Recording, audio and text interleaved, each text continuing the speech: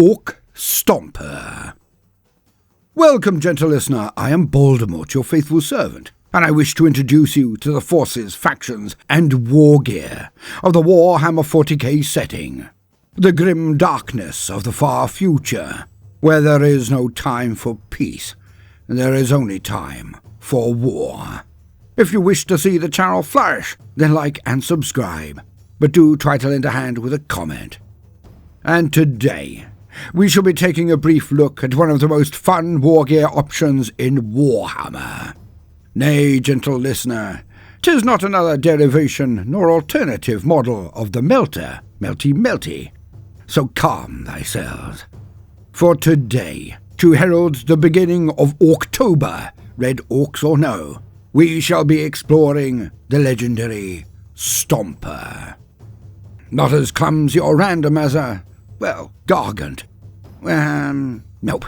I can't continue on this line, as otherwise I would have to make up some piffle about it being a more elegant weapon for a more civilized age.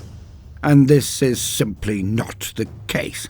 In fact, nothing could be further from the truth. Yet this truth is simple. The Stompa, like all truly Orky weaponry, does in fact hail all of the way back to the very first galactic conflagration, the War in Heaven. So we have a bit to discuss on this one, but as usual, let us hear a wee scene to put us in the mood and show, not just tell, what a Stompa truly is and what they do. From the Bald Library. Good in it.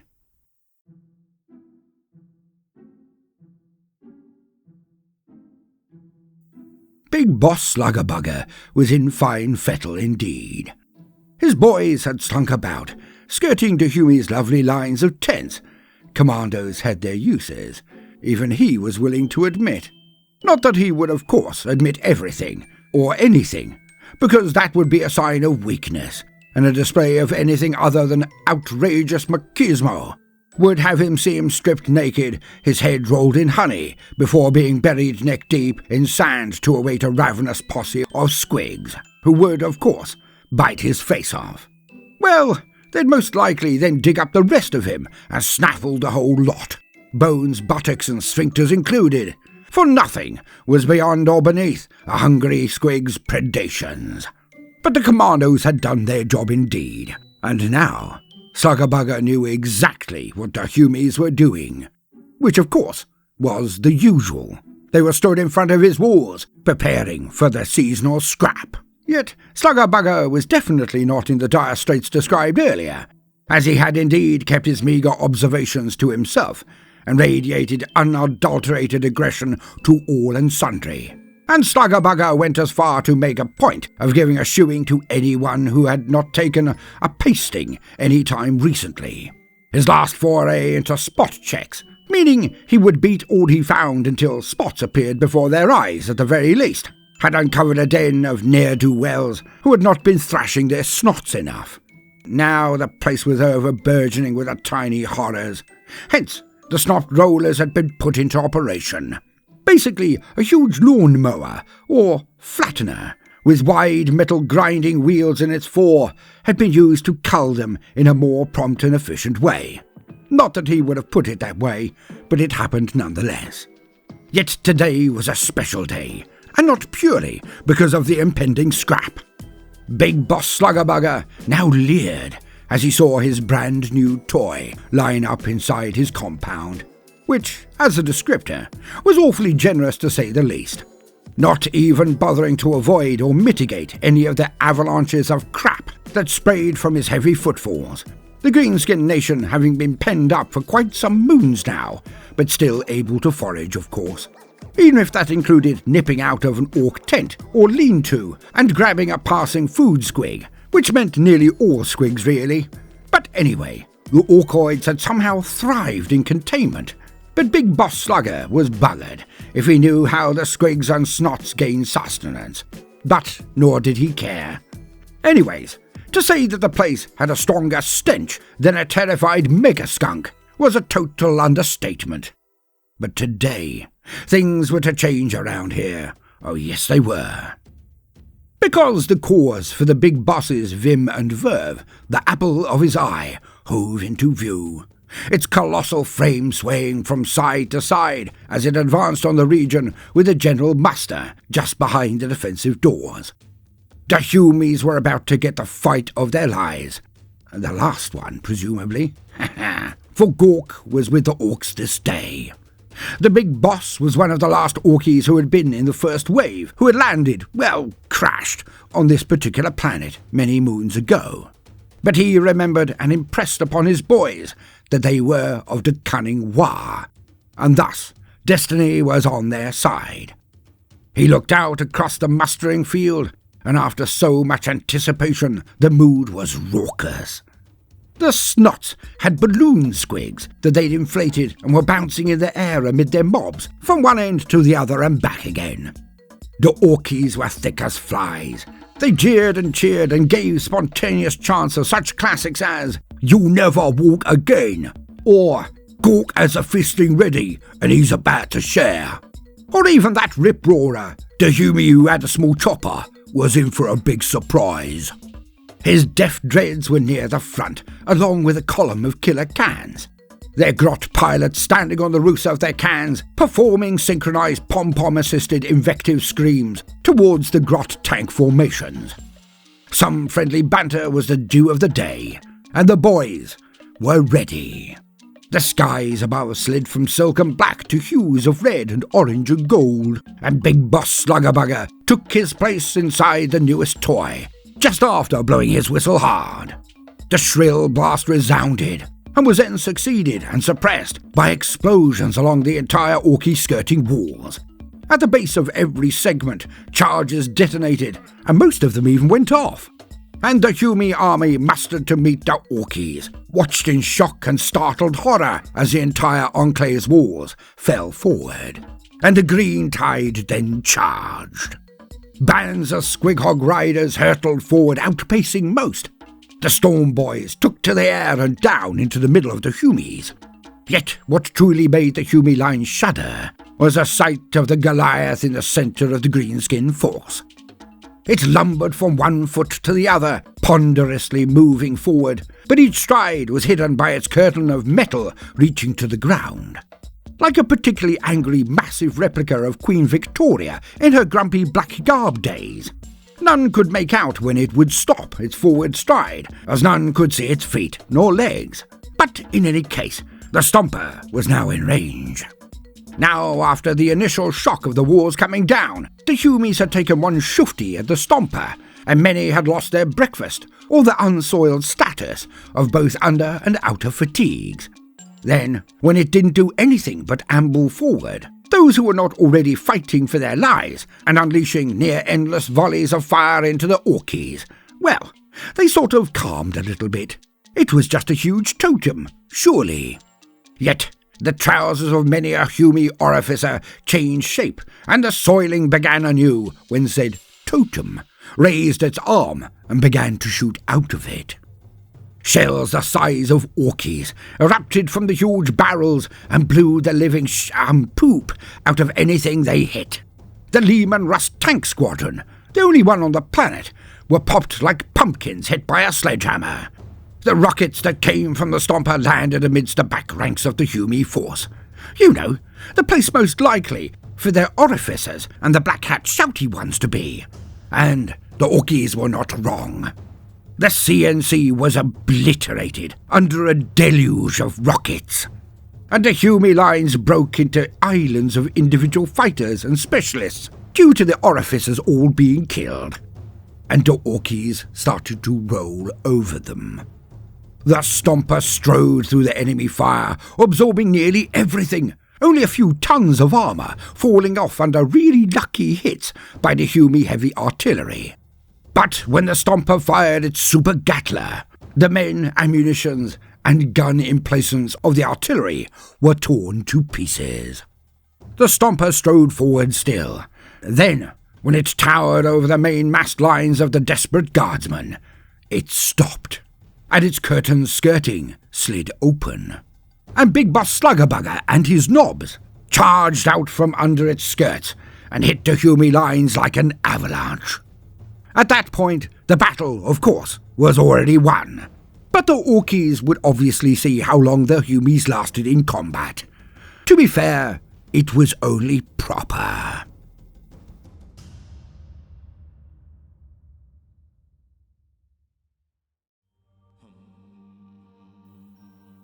Now, as good Orky players and enthusiasts know all too well, the greenskins are amazing things.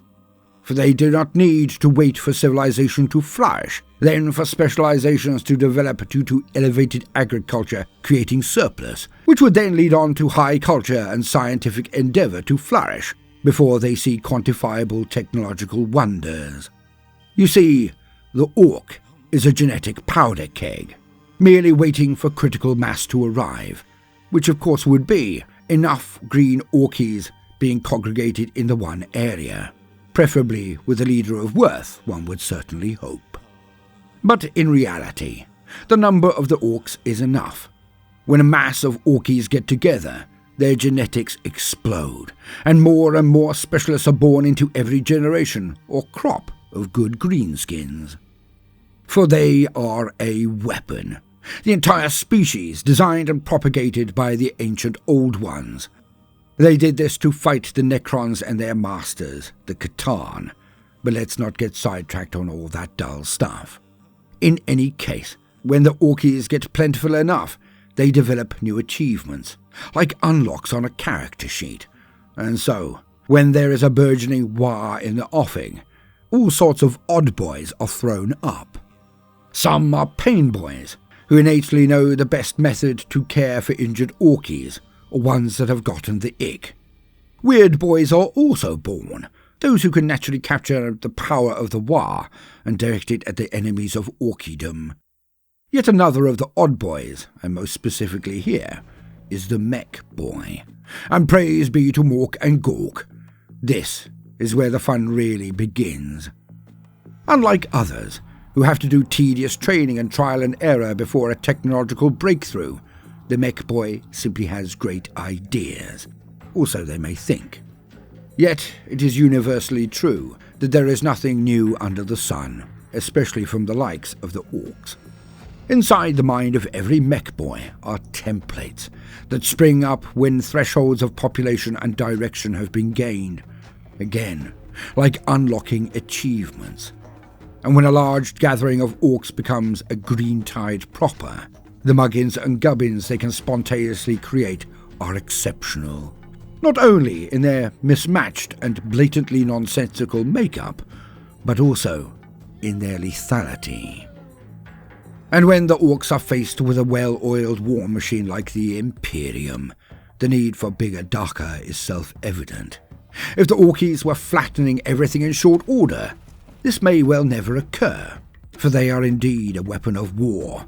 Hence, when resistance to their power arises, when the Orks simply cannot move forward in their campaigns of fighting and winning, then their genes themselves activate. Then, inevitably, inexorably, the big mechs begin to dream of bigger things. And then, they take those dreams and make them a horrific reality.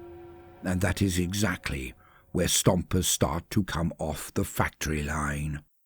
Nothing can stop this.